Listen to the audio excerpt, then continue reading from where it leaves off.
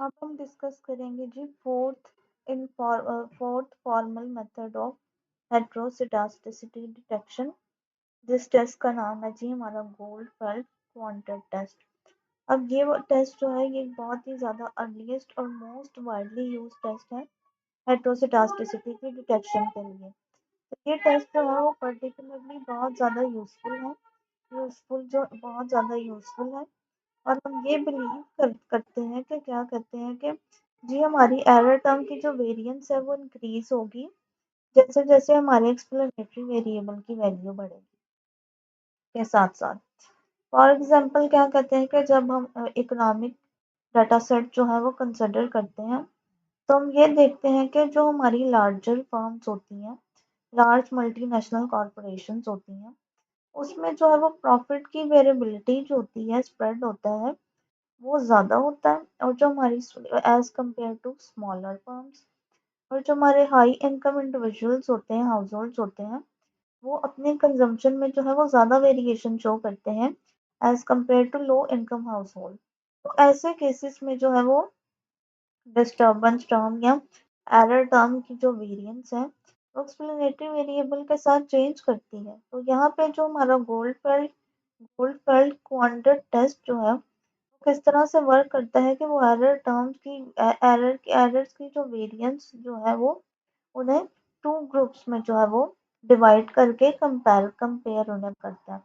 अब इस टेस्ट का बेसिक आइडिया क्या है कि जी अगर तो हेटेरोसिडास्टिसिटी एग्जिस्ट करती है तो हमारी वो ऑब्जर्वेशन जिनकी हमारी एक्सप्लेनेटरी वेरिएबल की वो ऑब्जर्वेशन जिनकी वैल्यू जो है वो बहुत ज़्यादा लार्ज है, तो वो लार्ज वैल्यूज जो है वो ऑफ एक्सप्लेनेटरी वेरिएबल जो है वो लार्ज रेजिडुअल वेरिएंस को जो है वो शो करेंगे।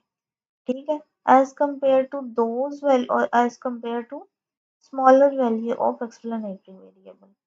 ठीक है, अब हमारा मैथमेटिकली अगर हम देखें तो ये अजम्पशन जो है ये हमारी ये वाली फॉर्म ले लेती है। ठीक है, जिसका मतलब ये है कि एरर टर्म की जो वेरिएंस जो है ना, एरर टर्म की वेरिएंस जो है वो बढ़ेगी। ठीक है, एरर टर्म की वेरिएंस जो बढ़ेगी with square of explanatory variable.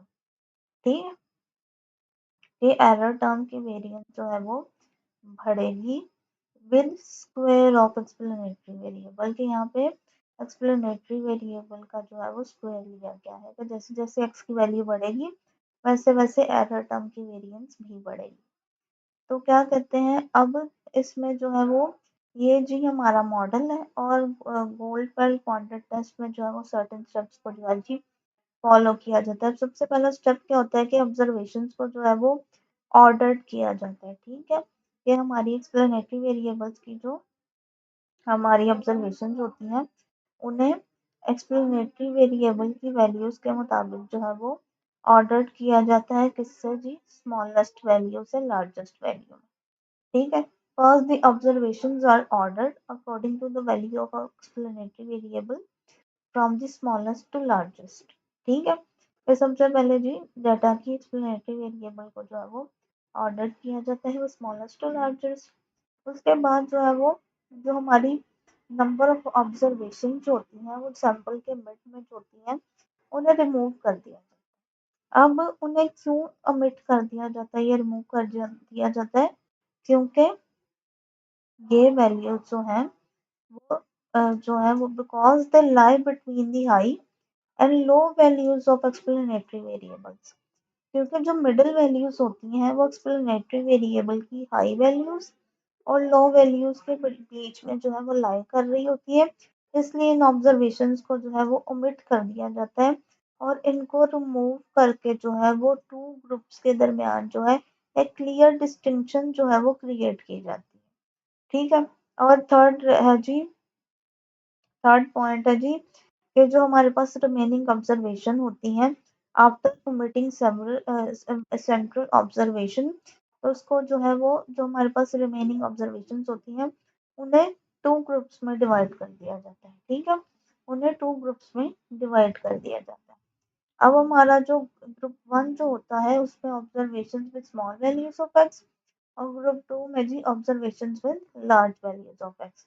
और each group has n by c observation. ठीक है, n by c observation, n जो है वो नंबर ऑफ ऑब्जर्वेशन और c जो है वो सेंट्रल ऑब्जर्वेशन को शो करता है। अब फोर्थ पॉइंट पे जी, फोर्थ स्टेप हमारा ये होता है जी कि दो सेपरेट जो है वो रिग्रेशन मॉडल्स को जो है वो एस्टिमेट किया जाता है यूजिंग ऑल एस। ठीक है, कि दो रिग्रेशन मॉडल जो है वो एस्टिमेट किए जाते हैं दो यूजिंग ओएलएस। अब जो है वो जब हम रिग्रेशन 1 रन करते हैं, ठीक है, तो हम फर्स्ट ग्रुप को यूज करेंगे, ठीक है, जिसकी वैल्यू जो है वो जिसमें x की वैल्यू जो है वो स्मॉल है। ठीक है, और हर रिग्रेशन में जो है वो हम रेजिडुअल सम ऑफ स्क्वायर जो है वो हमने कंप्यूट करना। हमारा मेन गोल क्या है, रेजिडुअल सम ऑफ स्क्वायर को कंप्यूट करना। अब हमारा एक ग्रुप है जिसमें x की वैल्यू स्मॉल है और दूसरा ग्रुप है जिसमें x की वैल्यू लार्ज है। अब सबसे पहले हम फर्स्ट ग्रुप में जो है वो स्मॉलर x की वैल्यू वाला जो है वो ग्रुप लेंगे और उसका रिग्रेशन रन करेंगे और हम अपने पास जो है वो रेजिडुअल सम ऑफ स्क्वायर जो है वो कंप्यूट कर लेंगे। और सेकंड ग्रुप में हमारे पास वो है जिसमें x की वैल्यू लार्ज है, तो हम क्या करेंगे, हम जो है सेकंड ग्रुप लेंगे, रिग्रेशन रन करेंगे और सेकंड ग्रुप के लिए जो है वो रेजिडुअल सम ऑफ स्क्वायर जो है वो कैलकुलेट कर देंगे। अब हमारी जो टेस्ट स्टैटिस्टिक होती है वो उसको कैलकुलेट किया जाता है, उसका फार्मूला क्या होता है कि वो रेशो होती है टू रेजिडुअल वेरिएंसेस की। ठीक है, ये टेस्ट स्टैटिस्टिक्स का ये जी फार्मूला है जिसमें RSS2 जो है वो residual sum of square of group 2, RRS1 जो है वो residual sum of square of group 1, DF जो है वो डिग्री ऑफ फ्रीडम को शो कर रहा है। ठीक है, ईच रिग्रेशन की डिग्री ऑफ फ्रीडम को जो है वो ये शो कर रहा है और डिग्री ऑफ फ्रीडम का जी ये फॉर्मूला भी दिया। ठीक है, अब अब हेटेरोस्केडास्टिसिटी का जो नल हाइपोथेसिस है वो एफ डिस्ट्रीब्यूशन की स्टैटिस्टिक्स को जो है वो एफ डिस्ट्रीब्यूशन को जो है वो फॉलो कर रहे हैं, एफ डिस्ट्रीब्यूशन को। ठीक है, अब यहाँ पे हमारा नल हाइपोथेसिस क्या है कि variances are equal and there is no heteroscedasticity. और अल्टरनेटिव वेरिएंस क्या हाइपोथेसिस क्या है, ये वेरिएंसेस जो है वो डिफर करती हैं और हेटेरोस्केडास्टिसिटी की प्रॉब्लम जो है वो एग्जिस्ट करती है। ठीक है, अगर हम कैलकुलेट करें कि f की वैल्यू जो है वो ग्रेटर देन है, अगर हम कैलकुलेट करें कि f की वैल्यू जो है वो ग्रेटर देन है, क्रिटिकल f की वैल्यू जो है वो ग्रेटर देन है लैम्डा की वैल्यू से। ठीक है, ये तो इससे तो हम क्या करेंगे, हम अपना नल हाइपोथेसिस रिजेक्ट कर देंगे और कंक्लूड कर देंगे कि हेटेरोस्केडास्टिसिटी एग्जिस्ट करती है। ठीक है, और अगर लैम्डा की वैल्यू जो है वो less than equal to critical value of x, तो हम फिर नल हाइपोथेसिस को रिजेक्ट नहीं कर सकते। इसका मतलब ये है कि क्या कहते हैं कि हेटेरोस्केडास्टिसिटी एग्जिस्ट नहीं करती। अब हम डिस्कस करेंगे जो नेक्स्ट टेस्ट जिसका नाम है Breusch Pagan Godfrey test. अब ये जो है एक बड़ा ही सिस्टमेटिकल स्टैटिस्टिकल टेस्ट है हेटेरोस्केडास्टिसिटी की डिटेक्शन के लिए। ठीक है, ये गोल्ड बेल्ट क्वांटम टेस्ट की तरह ये नहीं है और इसमें आपको जो है वो सैंपल को जो है वो डिफरेंट ग्रुप्स में डिवाइड नहीं करना पड़ता। अब आप इस टेस्ट में क्या एग्जामिन करोगे, इस टेस्ट में एग्जामिन करते हैं कि जो वेरिएंस जो है वो एक्सप्लेनेटरी वेरिएबल की रेजिडुअल्स की जो वेरिएंस है वो एक या एक से ज्यादा एक्सप्लेनेटरी वेरिएबल पर डिपेंड करती है या नहीं करती। मतलब हमारे एरर टर्म की वेरिएंस जो है वो एक या एक से ज्यादा एक्सप्लेनेटरी वेरिएबल पर डिपेंड करती है या नहीं करती। तो ये जो हमारा रिग्रेशन मॉडल है। ठीक है, और क्लासिकल्स की अजम्पशन क्या है कि हमारी जो एरर टर्म की वेरिएंस होती है वो कांस्टेंट होती है, लेकिन हेटेरोस्केडास्टिसिटी के केस में जो है वो इस ये वाली कंडीशन होल्ड नहीं करती। इसका मतलब हेटेरो एरर टर्म की वेरिएंस जो है वो वेरिएबल के साथ साथ जो है वो चेंज होती है। ठीक है, अब हमारा ब्रुश ब्रुश ब्रुश पैटर्न जो है वो टेस्ट में गो वो गोटफ्री टेस्ट में जो है वो अज्यूम किया जाता है कि ये वेरिएंस जो है, एरर टर्म की वेरिएंस जो है वो किसी एक्सप्लेनेटरी वेरिएबल z से जो है वो रिलेट करती है। ठीक है, किसी एक्सप्लेनेटरी वेरिएबल जो है वो z से रिलेट करती है।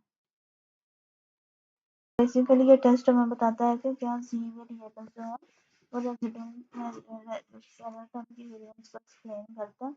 तो इस टेस्ट के जो है वो ये जी हमारा जी नल हाइपोथेसिस है और ये जी हमारा अल्टरनेटिव हाइपोथेसिस है।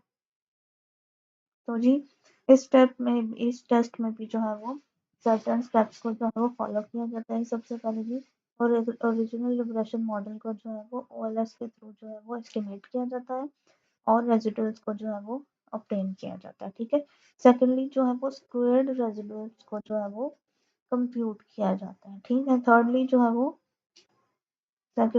वो स्क्वेयर्ड रेजिडुअल्स को जो है वो कंप्यूट किया जाता है। ठीक है, ये जी रेजिडुअल्स हैं, स्क्वेयर्ड रेजिडुअल्स को जो है वो कंप्यूट किया जाता है और थर्ड उसके बाद जो है वो स्क्वेयर्ड रेजिडुअल्स को यूज करके जो है वो वेरिएंस को जो है वो कैलकुलेट किया जाता है। ठीक है, बेसिकली ये फार्मूला जो है वो maximum likelihood estimator of variance को जो है वो शो करता है। ठीक हो गया, इसके बाद जो है वो एक न्यू वेरिएबल को जो है वो कंस्ट्रक्ट किया जाता है।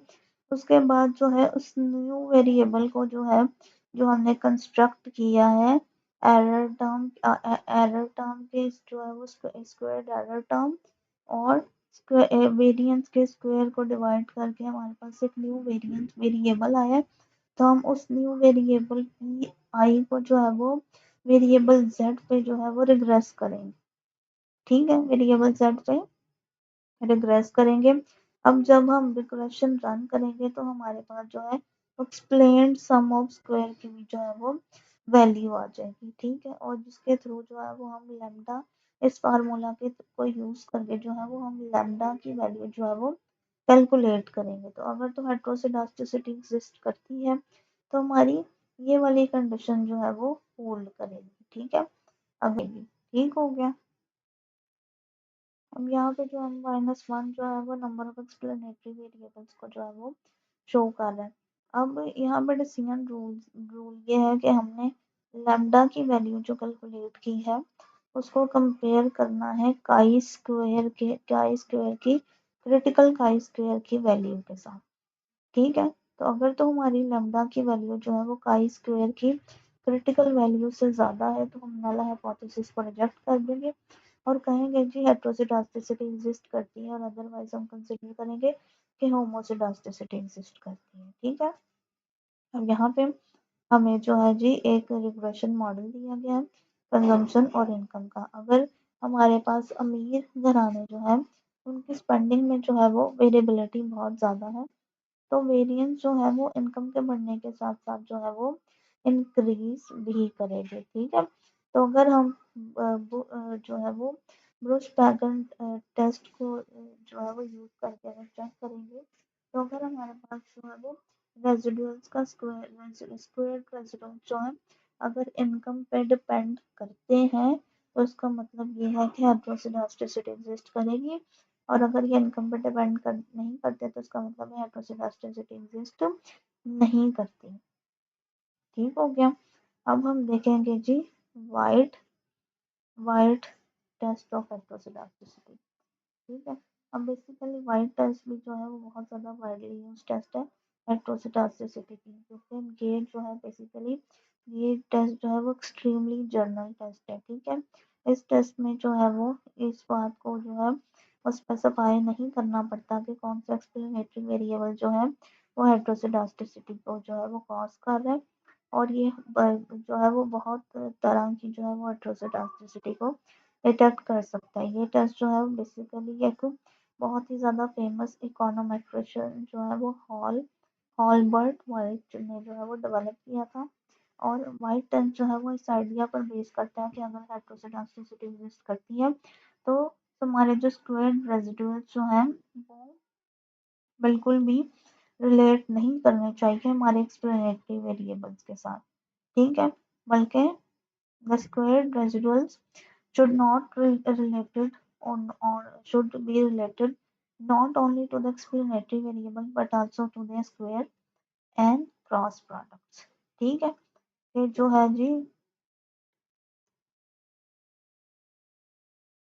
ये जी हमारा स्क्वायर रेसिडुअल जो है वो सिर्फ एक्सप्लेनेटरी वेरिएबल से ही नहीं बल्कि इसके स्क्वायर और क्रॉस प्रोडक्ट से भी रिलेट करने चाहिए। तो यहाँ पे बेसिकली हमें एक ओरिजिनल रिग्रेशन मॉडल दिया गया है। तो सबसे पहले हमने रिग्रेशन को रन रन करके जो है वो अपने रेसिडुअल्स को जो है वो ऑब्टेन किया और हम ये कह रहे हैं कि हमारे जो स्क्वायर रेसिडुअल्स जो है, यहाँ पे ये कहा जाता है कि स्क्वायर रेसिडुअल्स जो है वो सिर्फ एक्सप्लेनेटरी वेरिएबल या ओरिजिनल रिग्रेसर से ही रिलेट नहीं करते बल्कि वो स्क्वेर्ड रिग्रेसर्स और क्रॉस प्रोडक्ट के साथ भी रिलेट करते हैं। तो और बेसिकली ये जो है वो किसी भी तरह के नॉन लीनियर वेरिएंस रिलेशनशिप को जो है वो आसानी से कैप्चर कर लेता है। ठीक है, अब हमारे ओरिजिनल जो है वो रिग्रेशन मॉडल में जो है वो सिर्फ दो एक्सप्लेनेटरी वेरिएबल्स हैं। ठीक है, तो वाइट टेस्ट जो है हमारा वो इस जो है वो ऑक्सिलरी रिग्रेशन को जो है वो एस्टिमेट करेगा और ये इक्वेशन जो है वो अलाउ करती है कि वेरिएंस को डिपेंड करने में के जी allows the variance to depends on non-linear function of the explanatory variable। ठीक है, ये इक्वेशन अलाउ करती है वेरिएंस को non linear function of the explanatory variable पर डिपेंड करने में। ठीक है, अब जब हम ऑक्सिलरी रिग्रेशन को जो है वो रन कर लेंगे, हम एस्टिमेशन कर लेंगे, तो हम फिर जो है वो कोफिशिएंट ऑफ द डिटर्मिनेशन को जो है वो ऑब्टेन करेंगे। अब हमारी टेस्ट जो है वो ऑक्सिलरी रिएक्शन से जो है वो आर स्क्वायर की वैल्यू को जो है वो ऑब्टेन करेंगे और उसके बाद जो है वो एन आर स्क्वायर को जो है वो कैलकुलेट करेंगे। ठीक है, एन आर स्क्वायर की वैल्यू कैलकुलेट करेंगे। यहाँ पे एन जो है वो सैंपल साइज को शो करता है। अब नल हाइपोथेसिस हम होमोसेडास्टिसिटी का क्या है कि हमारी जो स्टैटिस्टिक्स है वो काई डिस्ट्रीब्यूशन को फॉलो करती है। क्या करती है? काई स्क्वायर की डिस्ट्रीब्यूशन को फॉलो करती है। अगर हमारी जी हमारी डिस्ट्रीब्यूशन जो है काई स्क्वायर की डिस्ट्रीब्यूशन को जो फॉलो करती है, यहाँ पर डिसीजन रूल ये है कि अगर एन आर स्क्वायर की वैल्यू जो है वो हमारे क्रिटिकल काई स्क्वायर की वैल्यू से एक्सीड करती है तो हम नल हाइपोथेसिस को रिजेक्ट कर देते हैं। तो इसका जिसका मतलब ये है कि हेटेरोसिडास्टिसिटी एग्जिस्ट करती है। अब वाइट हेट का एक बड़ा इंपॉर्टेंट फीचर ये है कि ये मॉडल की मॉडल स्पेसिफिकेशंस के एरर को भी जो है वो हेटेरोसिडास्टिसिटी के साथ जो है वो आसानी से जो है वो डिटेक्ट कर सकती है। तो अगर जो है वो टेस्ट जो है वो नल हाइपोथेसिस को रिजेक्ट करता है तो प्रॉब्लम जो है वो नेसेसरली जो है वो हेटेरोसिडास्टिसिटी अलोन ही नहीं हो सकती। इसके अलावा भी बहुत सी जो है वो कोई और प्रॉब्लम भी जो है वो आपके रिग्रेशन मॉडल में एग्जिस्ट कर सकती है। अब लास्ट टेस्ट है जी कोइनकर बेसेट टेस्ट। अब कोइनकर बेसेट टेस्ट जो है वो एक बहुत ही ज़्यादा इम्पोर्टेंट मेथड है जिसे यूज़ किया जाता है हेटेरोसिडास्टिसिटी की डिटेक्शन के लिए। अब ये टेस्ट जो है वो ब्रुश पैगन टेस्ट से जो है वो बहुत ज़्यादा सिमिलैरिटी रखता है। ठीक है, लेकिन बट डज नॉट रिलाई, लेकिन इसमें जो है ये वो वाली अजम्पशन पे रिलाई नहीं करता कि हमारी एरर टर्म जो है वो नॉर्मली डिस्ट्रीब्यूटेड है। ठीक है, टेस्ट जो है वो एग्जामिन करता है कि हमारे रेजिडुअल्स की वेरिएंस जो है वो हमारे डिपेंडेंट वेरिएबल की प्रेडिक्टेड वैल्यू पे डिपेंड करती है या नहीं करती। तो सपोज ये जी हमारे पास रिग्रेशन मॉडल है। अब रिग्रेशन को रन करने के बाद जो है हमारे पास प्रेडिक्टेड वाई हैट आ जाएगा। ठीक है, प्रेडिक्टेड वाई हैट की वैल्यू आ जाएगी। ठीक है, कि जब हमने OLS को रन किया तो हमारे पास जो है वो एस्टिमेटेड रेसिडुअल्स भी आ गए और हमारे पास प्रेडिक्टेड वाई हैट की वैल्यू भी आ गई। अब ये टेस्ट जो है वो फॉलो ये वाले ऑक्सिलरी रिग्रेशन को जो की एस्टिमेशन जो है इसमें शामिल होती है। ठीक है, अब यहाँ पे नल हाइपोथेसिस क्या है कि अगर हमारी वेरिएंस जो है वो प्रेडिक्टेड वैल्यू पर डिपेंड नहीं करती इसलिए हेटेरोसिडास्टिसिटी एग्जिस्ट। वेरिएंस जो है वो प्रेडिक्टेड वैल्यू पर डिपेंड नहीं करती और अल्टरनेटिव हाइपोथेसिस क्या है कि वेरिएंस जो है प्रेडिक्टेड वैल्यू पे डिपेंड करती है।